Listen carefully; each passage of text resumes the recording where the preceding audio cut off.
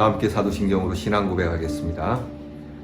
전능하사 천지를 만드신 하나님 아버지를 내가 믿사오며 그 외아들 우리 주 예수 그리스도를 믿사오니 이는 성령으로 잉태하사 동정녀 마리아에게 나시고 본디오 빌라도에게 고난을 받으사 십자가에 못 박혀 죽으시고 장사한 지 사흘 만에 죽은 자 가운데서 다시 살아나시며 하늘에 오르사 전능하신 하나님 우편에 앉아 계시다가 저리로서 산 자와 죽은 자를 심판하러 오시리라. 성령을 믿사오며 거룩한 공회와 성도가 서로 교통하는 것과 죄를 사하여 주시는 것과 몸이 다시 사는 것과 영원히 사는 것을 믿사옵나이다. 아멘. 오늘 우리가 함께 부를 찬양은 더욱 섬길수록 더 귀한 주님. 우리 함께 찬양하겠습니다.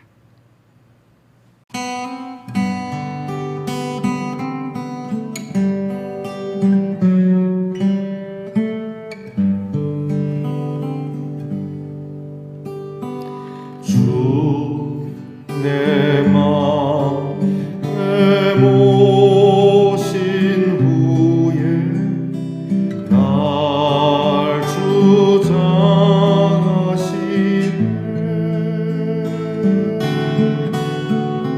주께 내 맘 드린 후에 더욱 섬길수록 더 귀한 주님,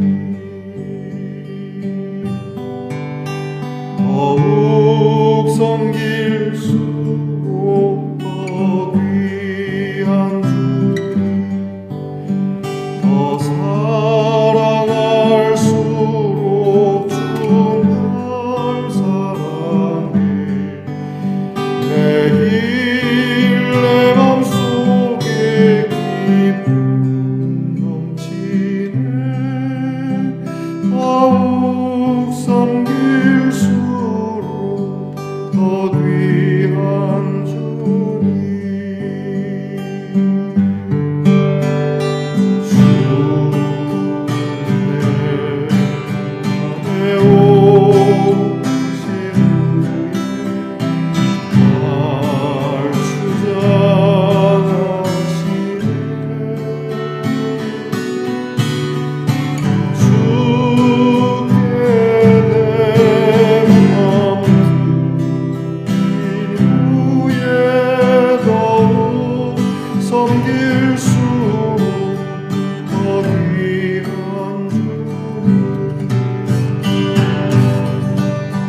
더욱 섬길수록 더 귀한 주님, 더 사랑할수록 주 날 사랑해. 매일 내 맘속에 기쁨 넘치네. 더욱 섬길수록 더 귀한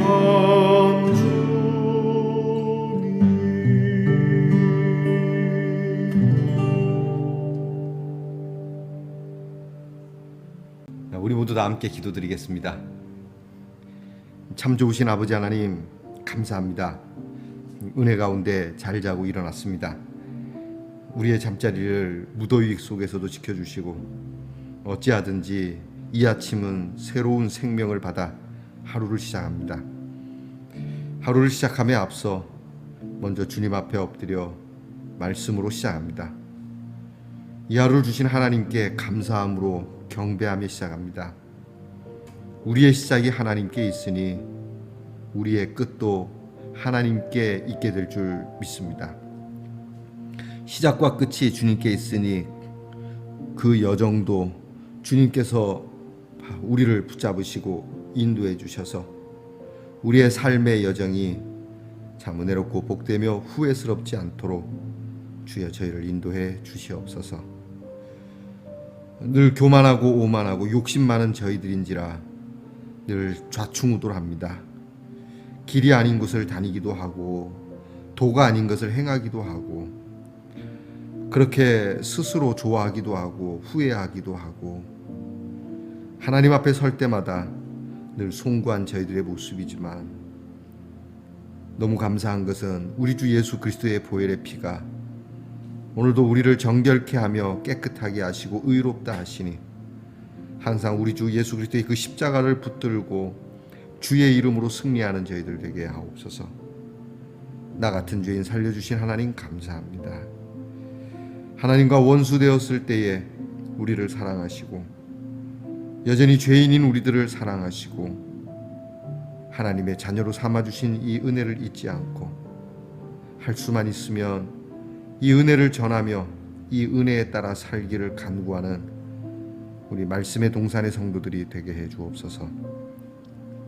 오늘도 우리 성도들의 가정에 필요한 것을 공급해 주시고 하나님 앞에 간절하게 기도하는 기도를 응답해 주시고 일양 좋은 것으로 하나님 베풀어 주시며 하나님을 믿는 것이 믿지 않는 자들에게 얼마나 좋은 것임을 또 얼마나 복된 것임을 주님 보여주시고 드러내 주시고 하나님의 이름이 영광과 존귀로 가득하듯 하나님을 믿는 우리의 삶도 그와 같게 해 주시옵소서.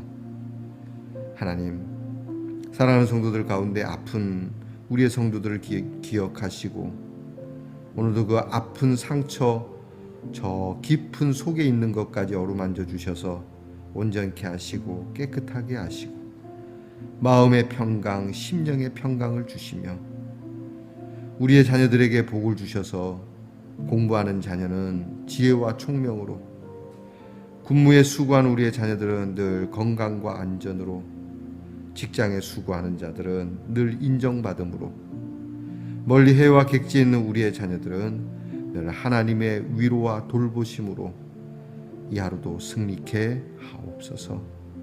아버지 하나님 오늘도 하나님의 말씀을 엽니다. 귀한 말씀 배워갈 때 우리의 인생도 참 귀한 것을 배우며 차곡차곡 놀라운 이 땅이 줄 수 없는 하늘의 지혜로 후손들에게 남길 수 있는 유산이 쌓여가게 하옵소서. 부족한 저희들을 늘 기억하시고 이 새벽을 깨워 말씀 앞에 세워주신 우리 주께 감사드리오며 예수님 이름으로 기도하옵나이다. 아멘. 오늘 우리가 함께 나눌 묵상의 말씀은 느헤미야 13장 23절부터 31절 말씀입니다. 느헤미야 13장 23절부터 31절. 자, 이제 느헤미야 우리 마지막 장 끝절까지 함께 봉독하겠습니다. 그때 내가 또 본즉 유다 사람이 아스돗과 암몬과 모압 여인을 맞아 아내로 삼았는데 그들의 자녀가 아스돗 방언을 절반쯤은 하여도 유다 방언은 못하니 그 하는 말이 각 족속의 방언이므로 내가 그들을 책망하고 저주하며 그들 중 몇 사람을 때리고 그들의 머리털을 뽑고 이르되 너희는 너희 딸들을 그들의 아들들에게 주지 말고 너희 아들들이나 너희를 위하여 그들의 딸을 데려오지 아니하겠다고 하나님을 가리켜 맹세하라 하고 또 이르기를 옛적에 이스라엘 왕 솔로몬이 이 일로 범죄하지 아니하였느냐. 그는 많은 나라 중에 비길 왕이 없이 하나님의 사랑을 입은 자라. 하나님이 그를 왕으로 삼아 온 이스라엘을 다스리게 하셨으나 이방 여인이 그를 범죄하게 하였나니 너희가 이방 여인을 아내로 맞아 이 모든 큰 악을 행하여 우리 하나님께 범죄하는 것을 우리가 어찌 용납하겠느냐. 대제사장 엘리야십의 손자 요야다의 아들 하나가 호론 사람 산발랏의 사위가 되었으므로 내가 쫓아내어 나를 떠나게 하였느니라. 내 하나님이여 그들이 제사장의 직분을 더럽히고 제사장의 직분과 레위 사람에 대한 언약을 어겼사오니 그들을 기억하옵소서. 내가 이와 같이 그들에게 이방 사람을 떠나게 하여 그들을 깨끗하게 하고 또 제사장과 레위 사람의 반열을 세워 각각 자기의 일을 맡게 하고 또 정한 기한에 나무와 처음 익은 것을 드리게 하였사오니 내 하나님이여 나를 기억하사 복을 주옵소서. 아멘. 말씀의 동산 성도 여러분, 지난밤 편안하게 잘 주무셨습니까? 주의 이름으로 여러분들에게 문안을 드립니다. 오늘은 어떻습니까? 좋습니다. 좋습니다. 자, 이제 느헤미야 33번째 시간, 마지막 시간입니다. 어느덧 느헤미야를 우리가 다 보게 되었습니다. 오늘 말씀에는 느헤미야가 개혁해 나가는 과정에 있는 이제 결혼 문제, 혼인 문제에 대한 이 문제를 개혁하고 있는 것으로 느헤미야서는 마치게 됩니다. 무슨 문제냐면 이방 여인과의 결혼입니다. 여러분 앞에서도 말씀드렸지만 이 시대가 이제 고대의 시대라는 것을 잊지 말아야 됩니다. 우리나라도 뭐 불과 몇백 년 전인 조선 시대만 하더라도 불과 한 50년 전만 하더라도 외국인과 결혼하는 것에 대해서는 상당히 불편한 생각을 했고 심지어는 조롱하기도 하고 단군의 자손, 한핏줄, 한민족이라고 하는 이런 것 때문에 굉장히 좋지 않은 시각을 갖고 있지 않았었습니까? 왜 싫은 겁니까? 뭐 때문에 그런 겁니까? 단지 뭐 외국인이라는 것 때문에, 이방 사람이라는 것 때문에 불편하게 느꼈다. 그러니까 우리 민족이 우수한 민족이고 좋은 민족이고 우리 민족의 순수한 혈통을 백두혈통을 지켜야 된다 뭐 그런 뜻입니까? 이스라엘은 좀 다릅니다. 같은 내용이긴 하지만 이스라엘 백성들이 이방 여인과 결혼을 금하는 것은 그 시대에 고대 근동에 있는 이방 사람들은 자기들이 고대에는 각기 부족마다 신들이 있었지 않습니까? 그래서 부족마다 믿는 신들에 대해서 굉장히 맹신적으로 믿던 시절이기 때문에 이게 여호와 하나님을 섬기는 이스라엘 백성과는 이게 뭐 180도로 대치되는 그런 관계입니다. 그래서 이제 이방 여인들이 이스라엘 사람과 결혼하게 되면 자기 부모들이 믿던 자기 전통으로 믿어오던 우상을 갖고 집에 들어오면 이게 어려운 겁니다. 요즘처럼 막 사랑을 해서 사랑의 관계 속에서 내가 당신을 사랑하니까 내 걸 포기하겠다든지 우리 집에 오면 이렇게 하겠습니다 라고 하는 일들이 거의 전무후무한 일이기 때문에 그 시대에는 그저 계약 결혼 내지는 정략 결혼 뭐 또는 필요에 의한 물질적 결혼이 대다수였기 때문에 이런 관계 속에 이루어지는 혼인 또 내가 설령 좋아해서 한눈에 반했다 할지라도 주로 이제 남자가 이제 남성 우위의 시대였기 때문에 딱 여자를 보고 마음에 들면 남자가 부비를 주고 사오잖아요. 그럼 여자가 나를 데려가려면 요래해야 됩니다라고 이제 조건을 내는 시절이거든요. 그러니까 당신이 나를 꼭 데리고 가려면 나는 내 종교를 갖고 가야 됩니다라고 하면 남자가 뭐 그런 거라면 결혼할 수 없습니다. 이러면 좋은데 이미 눈에 콩깍지가 씌면 어려운 것이죠. 자, 이런 차원으로 보셔야 됩니다. 그러니까 이런 이방신 그 종교가 건강하고 또 윤리적이고 그러면 괜찮은데 고대 시대의 우상은 거의 맹종적이고 기복적이고 더 심하게 얘기하면 암몬족이나 그런 그 모압족이나 이런 쪽에서는 인신 제사까지도 드리는 바알 신상이 이미 가나안 땅에는 바알 종교 그리고 아세라 종교가 가득했기 때문에 인신 제사를 드릴 정도의 종교였기 때문에 이러한 종교를 가진 이방 여인과의 결혼은 하나님이 절대적으로 금한 거죠. 너희가 이방 여인과 결혼하지 말. 이런 차원에서 말씀한 겁니다. 즉 혼합 종교의 형태로서 이스라엘이 갖는 오직 유일하신 하나님을 믿는 이 여호와 신앙에 큰 데미지가 있고 결국은 망하게 되기 때문에 하나님께서 막으신 것이죠. 그래서 너희 아들을 이방 여인에게 주지 말며 너희 딸들을 이방 여인 남자들에게 주지 마라. 뭐 이런 말씀을 율법적으로 해놓은 거죠. 세월이 많이 흘렀습니다. 이스라엘은 망하고 이래저래 피폐하고 그렇게 오랜 시간이 흘렀으니까 이런 일들은 더욱 뭐 막을 길도 제재할 길도 또 스스로 자정할 길도 없었으니까 이런 일이 만연했습니다. 근데 오늘 성경에 보니까 느헤미야가 바로 이런 이방인과의 결혼, 혼인의 문제에 대해서 바로 잡는 겁니다. 이 세월이 많이 흘렀는데 되게 어렵지 않습니까? 어려운 일인데 단호합니다. 오늘 성경에 자, 유다 사람이 아소 사람과 암몬과 모압 여인을 맞아 아내로 삼았는데 뭐 거기까지는 봐줄 수 있을지 모릅니다. 뭐 결혼이라는 게 그런 거니까. 또 세계라는 것이 또 많이 이렇게 또 흘렀고 시대가 많이 흘렀고 세계가 또 많이 역동하면서 변화된 게 많으니까. 그런데 말입니다. 여기 이제 주체성, 신앙의 주체성, 민족의 주체성을 상실하는 내용이 담겨 있습니다. 자, 그렇게 해서 이방 여인을 데려왔고 애를 낳는데 그 애가 말입니다. 그 어머니 나라의 말은 곧잘하는데 아버지 나라의 말을 못하고 있다는 겁니다. 예를 들면 이제 그럴 일 없습니다. 제가 어떤 이방 여인과 다른 나라 여인과 결혼을 했습니다. 그래서 애를 낳았습니다. 그런데 제가 데리고 온 그 여인의 나라의 말은 우리 애들이 잘하는데 한국말을 못한다. 그것도 예루살렘에 살면서 한국 땅에 살면서 어떻습니까, 여러분? 이 정체성이 어떻게 된 겁니까? 이 아버지는 이 자녀를 방치한 거죠. 누구에게 맡긴 겁니까? 엄마에게 맡겨버린 거죠. 이렇게 했을 겁니다.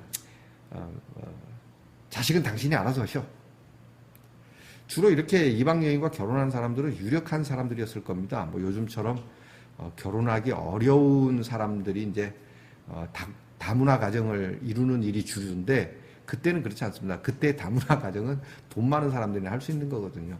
돈 많은 사람들이 이제 자기는 놀러 다니고 한량시처럼 놀고 자녀 교육은 어머니에게 맡겼으니까 그 어머니는 그 애를 데리고 그렇죠. 이 여자가 이스라엘에서 자란 여자가 아니니까 당연히 자기가 나란 나라, 자기가 자란 문화, 자기가 믿어온 종교를 다 심어놓은 거죠. 자, 이게 기성세대가 그런 것도 위험하지만 자녀들이 이렇게 양육되어진다는 것은 이스라엘의 미래가 있다 없다? 없다는 거죠. 주체성 상실입니다. 우리 애국가에 그런 가사가 있습니다. 대한 사람 대한으로 길이 보전하세.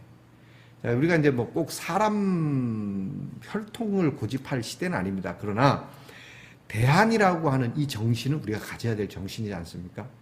다문화 가정이 되었어도 다른 여인과 결혼했어도 이스라엘 사람들은 여호와의 신앙을 자녀들에게 하나님이 우리 백성을 어떻게 했냐, 하나님이 우리를 얼마나 사랑하셨냐, 이것을 잊지 말고 가르쳤어야 된다고 하는 것이죠.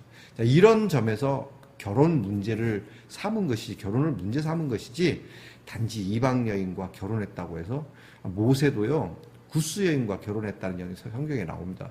모세도 이방 여인과 결혼했어요. 이걸 두고 미리암이 막 어떻게 민족의 지도자가 더군다나 하나님의 율법에 이방 여인하고 결혼하지 말라고 율법을 주었는데 그 율법을 말한 자가 이방 여인과 결혼하냐고 막 가십거리로 삼은 적도 있지 않습니까? 그러니까 이 부분에 대해서 하나님께서 모세를 뭐라고 하는 것이 아니라 오히려 미리암을 뭐라고 하시거든요. 그렇게 보면 꼭 혈통을 얘기하는 게 아닙니다. 중요한 건 여호와 신앙의 정신이죠. 그러니까 이 여인들이 그 데리고 온 자녀를 유다 사람들보다 더 하나님을 잘 믿으며 더 하나님께 대한 신실함을 가르치고 율법의 정신을 가르쳤더라라고 한다면 혼인은 뭐 반대할 이유가 없는 것이죠. 근데 그렇게 되지 않았다는 것이죠. 그래서 느헤미야가 이것을 보고 굉장히 분개를 했고 그들을 끌어다가 문책을 하고 오늘 성경에 머리털을 뽑고 또 치도곤을 하고 곤장도 때리고 그렇게 했군요. 그리고 이제 그런 결혼을 허락할 수 없다라고 정책적으로 이야기합니다. 그러면서 느헤미야가 그 사람들에게 얘기합니다. 옛날에 우리 솔로몬 왕 때를 한번 생각해보라. 솔로몬 왕 때에 그가 얼마나 하나님의 은혜를 입은 왕이었냐.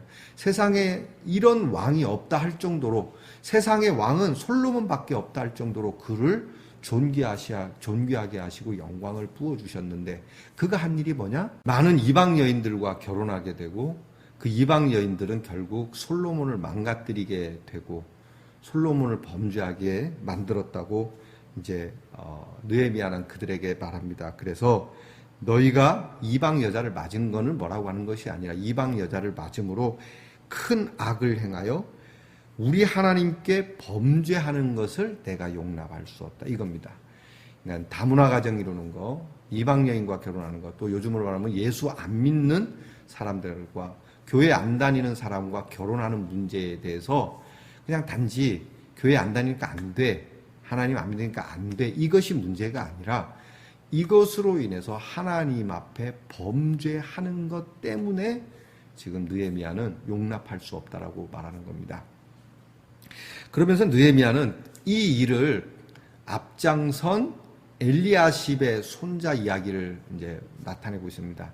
그러니까 이 문제가 백성들의 문제가 아닙니다. 실제로는 제사장, 곧 하나님의 귀한 이 예배를 맡고 있는, 제사를 맡고 있는 영적 지도자인 이 제사장 가문에서 이런 일이 있다라고 하는 것은 이미 이들이 하나님 앞에서 그런 이런 뭐라 그래야 됩니까? 먼저 그냥 아예 선봉으로 이런 걸 백성들에게 보여주었다는 것이죠. 그래서 오늘 성경이 말합니다. 제사장의 직분을 더럽혔다. 여러분, 하나님께 죄를 짓는 일에 대해서 제사장이 먼저 행했다는 거, 제가 이제 며칠 동안은 이제 제사장에 대해서 주의 종에 더 잘하라고 말씀을 드렸는데, 오늘 이 느헤미야는 제사장 주의 종의 문제를, 이 결혼 문제를 통해서 끌어내서 굉장히 엄중하게 하나님의 그러한 심판적인 어조로 말하고 있다라고 하는 겁니다. 느헤미야가 호소하는 것은 그겁니다. 바로 이런 일들을 통해서 느헤미야가 계속 성벽을 재건하면서 여러 가지 사회적으로 잘못된 것들을 고쳐가면서 하나님 앞에 늘 기도하지 않습니까? 하나님, 내가 이렇게 하는 것을 좀 기억해 주세요. 이런 개혁을 쭉 하면서 느헤미야가 우리에게 호소하고 싶은 것은 크게 이제 네 가지입니다. 하나는 하나님의 백성의 지위를 잃어버려서는 안 된다. 우리는 하나님의 백성이다. 우리는 주의 것이다. 나는 주의 것이고 주의 기르시는 양이다. 이걸 잃어버리면 안 되죠. 여러분, 우리는 어디 가나 하나님의 백성입니다. 우리가 흔히 얘기하는 성도입니다. 거룩한 교회의 성도라는 것. 어디 가서는 교인이고 어디 가서는 불안당이고 그러서는 안 되겠죠, 그죠? 그러니까 우리는 어디 가나 하나님의 백성으로서의 지위를 잃어서는 안 된다는 것이 느헤미야가 늘 호소하고 싶어하는 겁니다. 우리는 이스라엘 백성입니다. 우리나라 그렇잖아요. 우리는 대한민국 사람입니다. 이런 명예, 자긍심을 잃지 마라. 두 번째는 하나님의 백성의 품위를 손상하지 마라. 그러니까 이렇게 이방인과의 결혼, 또 그 외에도 여러 문제를 통해서 우리 하나님의 백성의 품위가 있지 않느냐, 가오가 있지 않겠냐, 그 얘기거든요. 여러분, 미국이 한때는 미국 사람 하면은 굉장히 젠틀하고 미국 사람은 굉장히 신사적인 그런 대명사였습니다. 아메리칸 하면 어우, 그래서 그 사람들 예의가 있고 품위가 있는 사람들이었는데 지금은요, 어그리, 그죠? 어그리 아메리칸. 우리 대한민국 사람도 그렇습니다. 대한민국 사람으로서의 품위를 지켜야 된다고 늘 얘기하지 않습니까? 우리나라에 온 미국, 이제 외국 사람들이, 외국 학생들이나 이제 우리나라를 경험하는 외국 사람들의 이야기 중에 한국이 놀라운 건 카페 같은 데에 핸드폰이나 노트북 그냥 놓고 그냥 뭐 주문하러 가고 그래 갔다 와도 노트북이나 핸드폰이 그대로 있다는 사실이 너무 놀랍다고 얘기를 해요. 남미는 말할 것도 없고 그거 뭐 딱 자리를 뜨는 순간 바로 없어진답니다. 중요 물품들은. 그러니까 뭐 미국도 요즘은 그렇고요. 그러니까 대한민국은 중요한 걸 놔둬놔도 없어지지 않는다고 했는데 며칠 전에 엊그저께인가요? 뉴스에 이것을 역이용한, 그래서 남의 핸드폰을 뒤적거리면서 훔쳐간 CCTV가 딱 나오면서 그게 적발이 됐더라고요. 사람들이 왜 대한민국의 품인데 그게 왜 대한민국의 품위를 상실하느냐. 이것은 있을 수 없는 일이다. 여러분, 신앙인으로서의 품위가 뭡니까? 예수 믿는 사람으로서의 품위. 말씀의 동산의 성도로서의 품위, 예능교회 교인으로서의 품위, 또 여러분이 다니는 교회의 성도로서의 품위, 이 품위, 더군다나 목회자로서의 품위. 이거 제가 들어야 할 얘기인데 제가 좀 품위가 있어야 되는데 말입니다. 자, 어쨌든 꼭 겉모양만 그러라는 것이 아니라 우리가 하나님 앞에서 가져야 되는 기독교 문화의 품위. 여러분, 예수 믿는 사람 좀 어디 가서나 공공장소에서 좀 품위를 지키시기 바랍니다. 뭐 저작거리 시장바닥에서 그냥 막 그러듯이 너무 그렇게 품위를 손상시키지 않았으면 좋겠습니다. 말하는 것도 조금 내가 전에는 그렇게 말을 했어. 전에는 막 말을 했지만 그러나 이제 내가 예수를 믿으니까 좀 점잖하게 내가 이야기해야 되겠다. 내가 좀 더 정중하게 이야기를 해야 되겠다. 세 번째는 이제 혼합입니다. 예배와 우상 숭배와 비슷하게 될 수 있다라는 점에 대해서 이 문제를 다루는 겁니다. 하나님께서 원하시는 예배가 있고요. 우상 숭배자들이 원하는 예배가 있어요. 여러분, 세상 종교와 기독교의 차이가 뭐냐면 하나님이 원하시는 예배를 받기를 원하고 하나님이 원하시는 예배를 우리는 드리려고 해요. 근데 우상 숭배자들은 내가 원하는 예배를 드려요. 그러니까 우리는 하나님의 만족을 위하여 예배를 드리지만 우상 숭배자들은 나의 만족을 위해서 예배를 드려요. 당연히 자기 의가 충만한 곳이 우상 숭배자죠. 그러니까 이런 부분에 대해서 혼합이 될 뿐더러 더 나아가서는 많은 문화적인 것에 문제가 있어요. 제가 젊은 우리 청년들이 결혼할 때 또 그런 결혼 배우자를 앞두고 고민하고 있는 부모들이 상담을 해오면 그런 얘기를 합니다. 안 믿는 사람과의 결혼을 내가 반대하는 건 아닌데 한 번은 깊이 생각해 보라고 이야기를 합니다. 왜냐하면 가정에 무슨 일이 생겨서 좋을 때는 괜찮지만 무슨 일이 생겨서 고난을 함께 뚫고 나갈 때 믿는 쪽 배우자는 하나님 앞에 엎드려서 기도하기를 원하는데 안 믿는 쪽 배우자는 과연 그게 가능하겠느냐. 그게 가능하다면 결혼해라. 그리고 그게 가능할 수 있도록 해야 한다. 이제 믿는 쪽과 안 믿는 쪽 이렇게 둘이 이렇게 제가 오면 그 얘기는 반드시 합니다. 하나로 맞춰라. 그리고 기독교는 이 부분에 대해서 강하니까 네가 기독교가 아니더라도 이 문제는 자녀들에게도 굉장히 중요하다. 엄마는 기도하는데 아버지는 목탁치고 있다. 자녀가 어떻게 되겠느냐. 그러지 말고 하나가 되어야 한다. 이런 얘기를 합니다. 그리고 이제 무엇보다 신앙인들 사이에 공동 유대감입니다. 공동체가 함께 가져야 하는 공동의 그런 문화, 공동의 그러한 일체감이 깨어진다라고 하는 것이죠. 그래서 여러분 예전에 이제 학교 다닐 때 반항하는 학생들을 선생님들이 잡지 않습니까? 왜 그런 겁니까? 일체감 때문에 그런 것이죠. 교복을 입어라. 그러면 교복을 딱 입으면 되는데 꼭 삐딱하게 뭐 이상한 거 입고 오면 왜 그런 겁니까? 일체감 때문에 그런 거죠. 공동체의 일체감. 그것 때문에 손해보는 일이 많고 또 멀쩡한 다른 사람들이 또 피해를 입을 수 있기 때문에 공동체가 갖는 일체감에 대한 종용을 하는 것이죠. 그러니까 이 일체감에 대해서 학생에게 설명을 안 하고 무조건 달리 입었다고 뚜까 패는 선생님은 좀 무식한 선생님이시고요. 너가 이렇게 함으로 인해서 우리의 일체감이라는 것이 있는데 일체감이 훼손된다면 어떻겠느냐. 우리가 남한에 살고 있는데 이 남한에 살고 있는 우리가 막 같이 살면서 북한을 찬양하고 북한을 막 그렇게 한다면 남한이 어떻게 됐느냐. 네가 함께하는 공동체에서 네가 서클이 있을 텐데 네 그 클럽에서 다른 클럽을 막 좋다 그러고 다른 클럽 따라간다면 그 클럽이 어떻게 되겠느냐. 이렇게 얘기하면 그 다음부터 그 옷 안 입고 옵니다. 이렇게 설명을 잘 필요로 하는 것이죠. 느헤미야가 이렇게 하는 겁니다.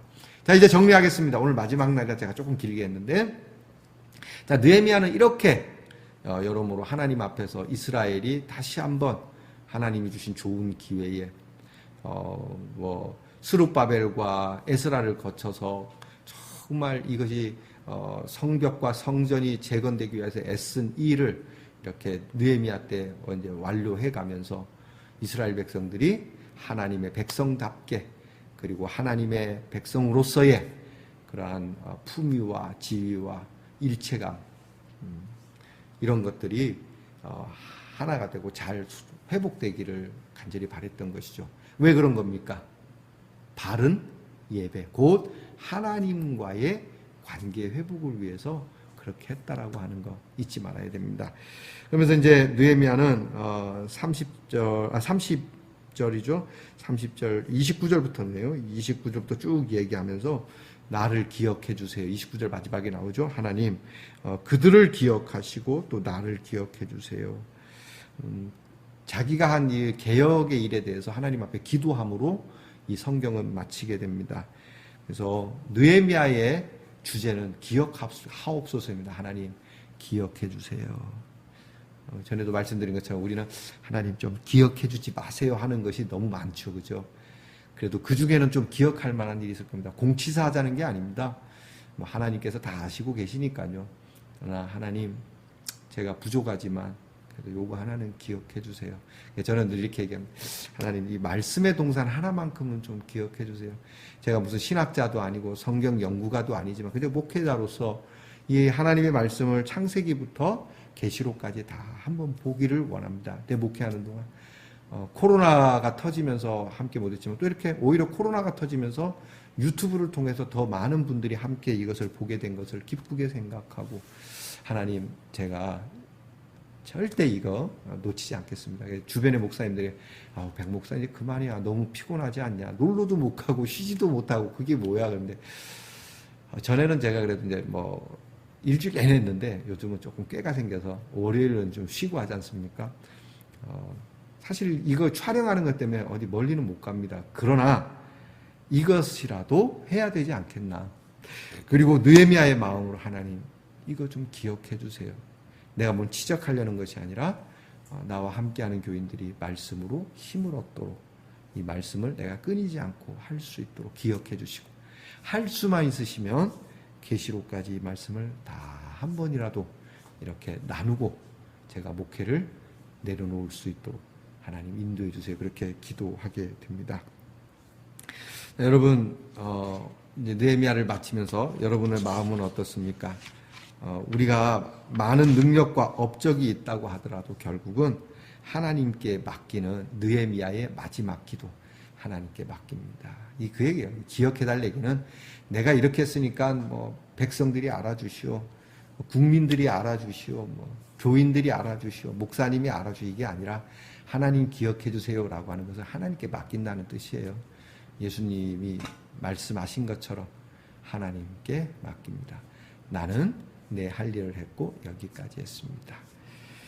오늘 우리의 마음, 우리의 심령에 또 우리의 삶에 무너진 성벽과 같은 또 무너진 성전과 같은 그러한 곳을 여러분이 발견하시고 또 발견되어진 그곳을 수리함에 있어서 여러분 느헤미야와 같은 마음으로 단호하게 그리고 하나님 앞에서 정결하게 여러분 그렇게 승리할 수 있기를 바랍니다. 주님을 섬길수록 더 귀하다는 것을 알게 됩니다.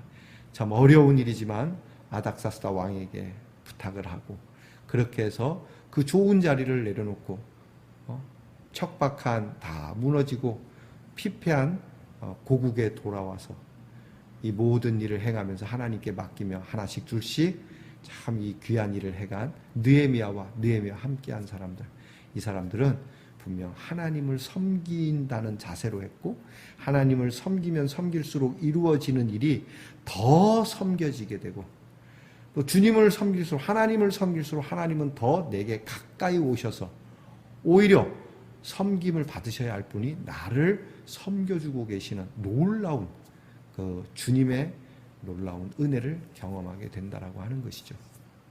여러분 이런 귀한 은혜가 느헤미야뿐만이 아니라 오늘 저와 여러분에게도 있고 우리 모두가 새로운 건축, 아름답고 복된 신앙의 리모델링으로 승리할 수 있기를 주의 이름으로 축원합니다.